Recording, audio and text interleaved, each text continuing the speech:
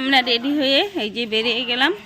তারপরে এখন ছেলে টোটো আনতে গেছে, টোটো নিয়ে এখন আস্তে আস্তে যাব। তো দেখো আমাদের বাড়ির রাস্তাটা, এই দেখো এই পুরো রাস্তাটা দেখালাম। ছেলে মেয়েরা খেলছে এই যে।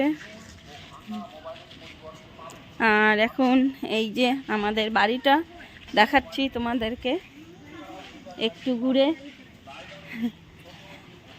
এই যে আমাদের বাড়ি, এই দেখো, এই যে এটা আমাদের বাড়ি।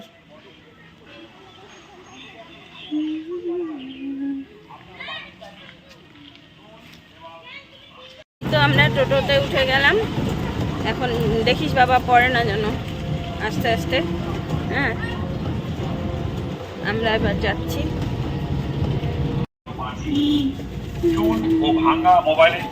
আমরা এখন চলে আসলাম মহাকাল বাড়িতে। তো দেখো এখানে যে ভিড়,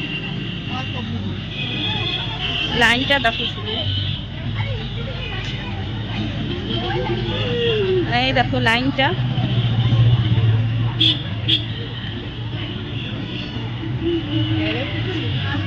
বাপ,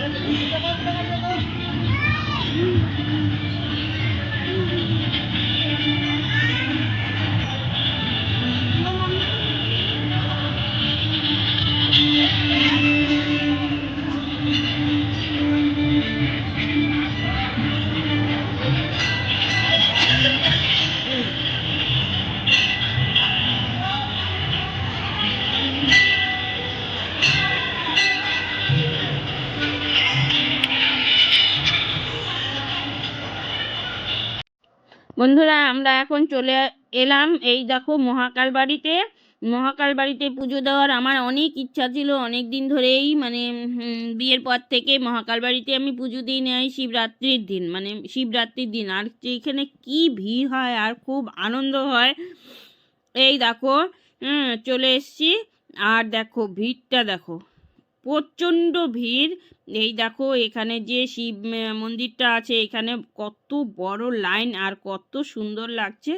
সবাই শিবের মাথায়, মানে বাবা ভোলার মাথায় জল ঢালে। বাবা ভোলানাথ তো অল্পেতেই ভুলে যায়, আর বাবা ভোলানাথের মাথায় জল ঢালতে গিয়ে দেখো খুব আনন্দ। আর এখানে যে নদীটা আছে সেই নদীটাও খুব ভাল লাগে, মন্দিরের পাশেই মন্দিরটা। আর এখানে দেখো এই যে বটগাছটার পাশ দিয়েই যে মন্দিরটা আছে, সেখানে আমি গেলাম, পুজো দিয়ে আসলাম, বাবা ভোলানাথের মাথায় জল ঢাললাম। আর এখানে অনেক বন্ধুদের সঙ্গে দেখা হলো, পুরনো বন্ধুদের সাথেও দেখা হলো। তারপরে লাইনে যে আমি প্রথমে দাঁড়িয়েছিলাম সেখানেও অনেকের সাথেই দেখা হয়েছে, কথাও হয়েছে। পুরনো দিনের মানে স্মৃতিগুলো কত সুন্দর। আমরা সব বান্ধবী মিলে মানে সবাই যেতাম পুজো দিতে। আর পহরে পহরে তো বেলগাছ ঝাঁকি দেওয়া, কতই না আনন্দ হতো। এখানে দেখো এই যে মোমবাতি ধরানো, তারপরে এই যে এখানে দেখো সবাই বসে আছে একটু সাহায্যের জন্য।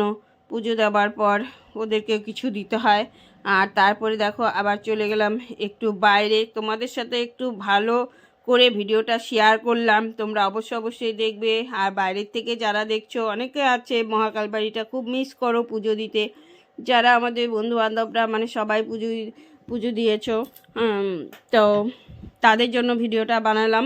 মানে আমি পুরো ভিডিওটাই দেব, কিন্তু একবারে দিলে তো বন্ধুরা দেখতে পারে না, মানে অনেক বড় হয়ে যায়।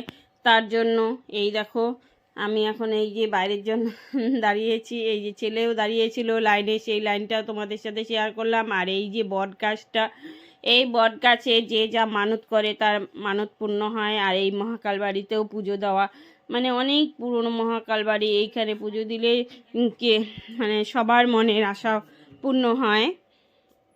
এখানে মানে যে বটগাছটা আছে সেই বটগাছটার মধ্যে তোমরা এই যে বটগাছটা, সেখানে তোমরা মানে সুতো মানে বাঁধে মনস্কামনা পূর্ণর জন্য, সে মনস্কামনা পূরণ করার জন্য সুতো বাঁধে। আর এখানে পুজোও দেয়। এই যে দেখো জয় বাবা ভোলানাথ।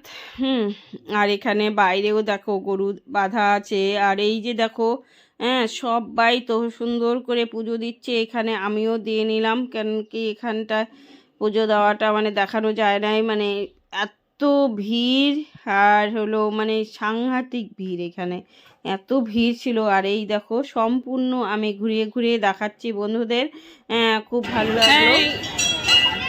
আর এই যে আমি এখন এইখানে পুজো দিয়ে এই যে বেরিয়ে আসলাম। তারপরে তো মানে ওই মন্দিরেও তো ঢুকেছিলাম, পুজো দিয়েছি, সেটা এই দেখো আস্তে আস্তে বেরিয়ে আসলাম। তো বন্ধুরা, তোমরা যদি কেউ মহাকাল বাড়িতে পুজো দিতে চাও তো অবশ্যই পুজো দিতে যেতে পারো। প্রত্যেক দিনই পুজো হয় এখানে। ফালাকাটা মানে সবাই বলে মহাকাল বাড়ি মানে মহাকাল ধাম। মহাকাল ধামে পুজো দিতে গেলে তোমরা যেতে পারো।